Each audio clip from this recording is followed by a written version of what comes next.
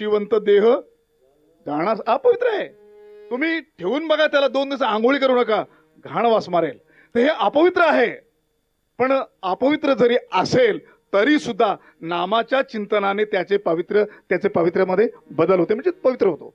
आता पवित्र तो देह वाणी पुण्यवंत जो वदे अच्युत सर्व काळ, म्हणजे याचा अर्थ देहाची सुद्धा पवित्रता आहे, पण नामाच्या आधाराने.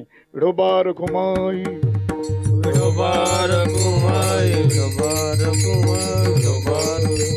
राहिली गोष्ट पवित्रतेची. आपल्या भारतवर्षामध्ये पशुवर्गामध्ये गाय पवित्र आहे. शेण, गोमूत्र, दूध हे पवित्र आहे. सर्वांना तो विषय माहिती असल्यामुळे मी सांगणे अधिक काही गरज नाही. सगळ्यांना आपल्याला अनुभव आहे. गाय पवित्र आहे. गायीसारखा दुसरा पशु नाही असंही म्हणता येईल. गाय वंदनीय आहे, पूजनीय आहे आणि सगळेच लोक गायीला नमस्कार करतात. रस्त्याने इकडून गाय चाललेली आहे, आपण नमस्कार करू. तिकडून म्हैस आलेली आहे, कोण नमस्कार करणार? नमस्कार कोण करणार? म्हैस ही पूजनीय नाही आणि वंदनीय नाही, पण गाय मात्र आहे असतो. पशुवर्गामध्ये दुसरा प्राणी आहे, तो म्हणजे मृग, ज्याच्या नाभी कमळामध्ये कस्तुरी आहे आणि कस्तुरी ही सोन्यापेक्षा 20 पट महाग आहे. आपण तो न बोललेला चांगला, पण तरी सुद्धा ते पवित्रच आहे. हे 2 पदार्थ पशुवर्गामध्ये पवित्र आहे. नंबर 3 आहे सोनं. धातू वर्गामध्ये सोनं अतिशय पवित्र. सोनं जर घाणीत पडलं तर ते उचलून घ्यावं, आणि सध्या तर घ्यावंच घ्यावं. म्हणजे का तर ते इतकं महाग आहे की इतकी स्वस्त आहे, मला माहित नाही, मी गेलो ना अजून, पण 1,56,000 रुपये तोळा आहे. वा, म्हणजे इतकं त्याला वरती देऊन ठेवलेलं आहे की तो सामान्य लोकांना परवडणार नाही, तरी सुद्धा घेतल्याशिवाय लोक राहणार नाहीत. का? पवित्र आहे. सोनं हे अतिशय पवित्र आहे. घाणीत पडलं तरी घ्यावं असे गुरुजी सांगायचे. आमच्याकडे ना दिवाळीच्या वेळेला नंदी महाराजांची पूजा करतात, म्हणजे नंदी महाराजांची पूजा करतात. तर असे एक पूजा करत असताना, एक माऊली पूजा करत असताना तिने त्याला कुंकुम तिलक वगैरे लावला, नंतर हातात बोटातल्या अंगठी काढली, त्याच्या कपाळाला लावली. ती पद्धत आहे, कपाळाला लावली, नंतर त्याची ओवाळणी केली. त्याच्यानंतर मिष्टान्न जे होते ताटामध्ये ते उचलले आणि अंगठी सहित त्याच्या तोंडामध्ये टाकली. कोणाच्या? नंदी महाराजांच्या. ते टाकेपर्यंत तिला काय वाटलं नाही, पण ज्या वेळेला त्याच्या तोंडात ते पडलं त्यावेळी तिच्या लक्षात आलं, अरे अरे रे, सोन्याची अंगठी गेली. आता ती बैलांनी ती त्या नंदी महाराजांनी ती गिळली, पण ती विचार केला, रात्रभर तिला झोप आली नाही. तिच्या डोक्यात फक्त एकच, अंगठी असेल कुठे. ती लवकर 3 वाजता उठली. 3 वाजता उठली, तिने समोर पाहिलं, मागे पाहिलं, पण काहीच नाही, कुठेच काही नाही. शेवटी तिने पाठीमागे पाहिलं, एटीएम बंद आहे, तो काय उघडलेलं नाही, आणि 8 वाजल्याशिवाय शक्यच नाही. ज्या वेळेला ते मटेरियल बाहेर, शेण बाहेर आलं, त्यावेळेला म्हातारीने काय केलं माहितीये का? सर्वात पहिलं काय केलं? त्याला सारून टाकलं. घरच्या लोकांना असं वाटलं की म्हातारी आता कामाला लागली, पण ती कामाला लागली नाही. तिच्या डोक्यामध्ये काय? सोन्याची अंगठी आहे. तर ते अंगठी तिच्या डोक्यामध्ये पक्के बसले. 10-15 दिवसांनी ते बाहेर आले असेल, असं मी काय तिथे बघायला नव्हतो, पण 10-15 दिवसांनी ती बाहेर आली. त्यानंतर तिने नेली बाजारामध्ये. चेपलेली जरी असेल तरी अंगठीची किंमत कमी झालेली नव्हती. का? सोनं आहे ते, बरोबर की नाही? पवित्र आहे, सोनं आहे, ते घाणीत पडलं तरी घ्यावं असे गुरुजी म्हणतात. त्याला कारण एकच आहे. नंबर 2, धातू वर्गामध्ये तांबा अतिशय पवित्र आहे. तांब्यातलं पाणी सर्वांनी प्यावं, औषधी आहे ते. पण घासण्याचा कंटाळा आला म्हणून ते गेलं. पण खरं सांगू तुम्हाला, आपल्या भारतीय संस्कृतीने लग्नामध्ये जर काही मुलीला कन्यादानाच्या वेळेला काही दिलं असेल तर ती तांब्याची भांडी देतात. कशा करता? फळीवरती लावायला नाही, याच्यातलं पाणी पित राहा, निरोगी राहशील.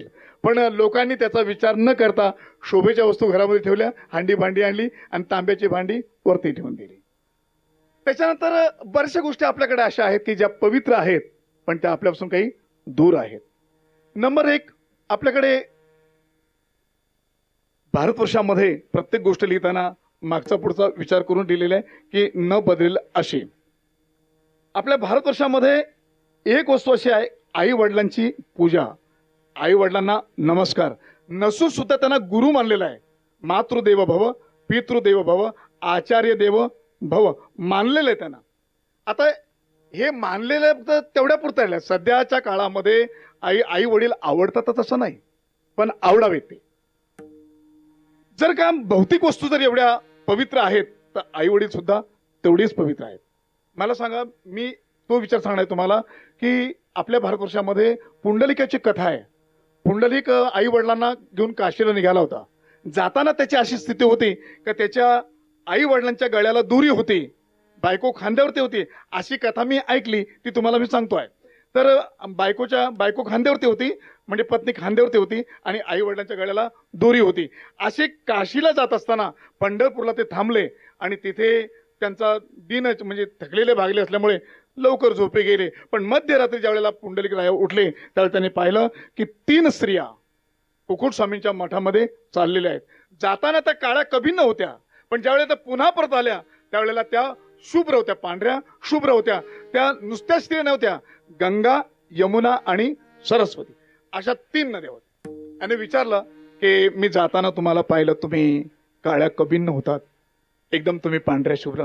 म्हणाले तुझ्यासारखे पापी लोक आमच्यामध्ये स्नान करतात, त्यामुळे आम्हाला मलिनता येते. शुद्ध होण्याकरता आम्हाला पुन्हा साधूकडे जावे लागते. मला हे सांगायचं आहे की ज्या गंगेमध्ये स्नान केल्यानंतर पवित्रता येते, गंगेमध्ये स्नान केल्यानंतर मोक्ष मिळतो. जर गंगेमध्ये स्नान केल्यानंतर मोक्ष मिळतो आहे, गंगा मलिन होते आहे आपल्यामुळे, जिला शुद्धता प्राप्त होते ते साधू किती पवित्र असतील. विडोबा रघुमा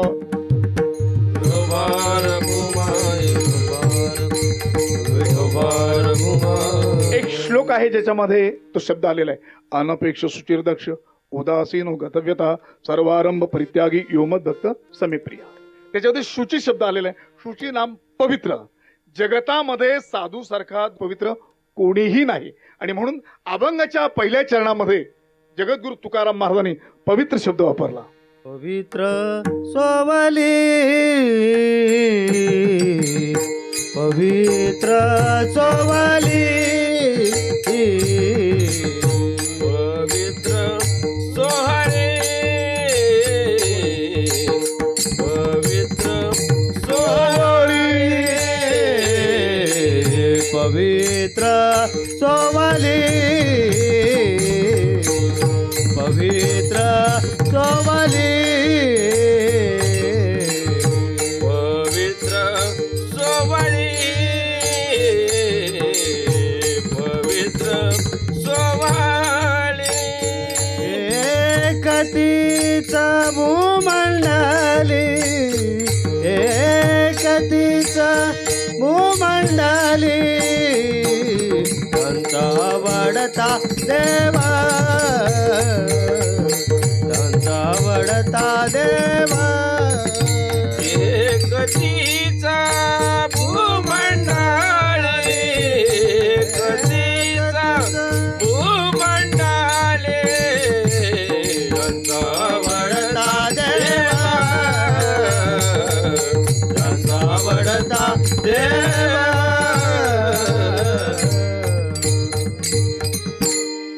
अतिशय शुद्ध पवित्र सोवळी आपल्याच आचरणामध्ये राहून देवाचं चिंतन करणारे, पवित्र सोवळी नित्यनेम पाळणारे, हीच एक भूमंडळी.